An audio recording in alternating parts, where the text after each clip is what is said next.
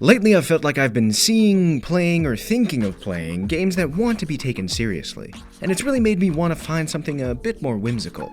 So it was a great time for En Garde to pop up on my Steam page with its bright colors, cartoon-esque art direction, and promise of swashbuckling action. In En Garde, you play as Adalia de Volador, a fencing noblewoman who is constantly foiling the villainous Count Duke's schemes that frequently involve stealing money or seizing power from citizens. Adalia must constantly fend off the Count Duke's guards that he sends to stop her, and she's garnered a reputation for being an admirable swashbuckler. En Garde is split into episodic adventures that each set the stage with a voice-acted prelude describing the situation and the motivation for the scenario you're about to experience. The writing and voice acting are one of the many ways that En Garde shows off its undeniable charm. There's immediately a comedic undertone, and the voice cast delivers performances that capture that feeling exceptionally well. Gameplay in En Garde is split into two sections: light elements of platforming and exploration, and combat arenas. During the exploration sections of each episode, there are secrets and interactable items that provide world building and additional means for En Garde to flex its comedic muscles. You're able to sprint, jump, and swing from ropes and poles to reach areas of interest and move on to the next area. While the platforming is certainly not the focus of En Garde, it is still executed reasonably well and never felt unwelcome. Combat, on the other hand, is where En Garde really shows its hand. Engagements typically involve several opponents that you must dispatch before moving on. As enemies attack, you need to parry or dodge their attacks based on the colored sparks shown during their windup, all while unleashing attacks of your own. In combat, you have a set number of hit points, and you're able to run, jump, dodge, and attack using kicks or your sword. Enemies have hit points and guard meters protecting their hit points that can be reduced with sword attacks or weakened by throwing them off balance with kicks to build fatigue. This weakened state prevents enemies from properly defending themselves and allows Adalia to rush them down with a flurry of strikes. As the game progresses, more and more enemies will join the fray, supporting each other and coordinating to take you down. But when the number of enemies is too great, you're able to turn to your environment to even the odds. There are typically crates, barrels, and other interactables scattered around that can be used to stun and incapacitate enemies or enable you to quickly maneuver around the arena and create space. It's important to use everything at your disposal to ensure enemies can't overwhelm you, and it creates an engaging and chaotic melee of flying barrels, buckets, and steel.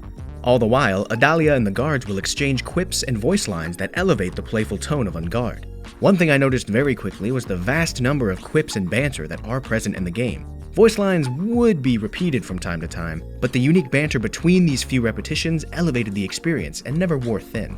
One hiccup I encountered in combat is that it would occasionally be difficult to switch targets. While the tutorial tells you to use the left thumbstick to change targets, there isn't a dedicated lock-on toggle, and I would occasionally stun a group of guards, attempt to attack the weakest one, and instead hit the healthiest. This could easily be fixed by simply disengaging using the environment, but it was certainly noticeable and would sometimes get me into trouble.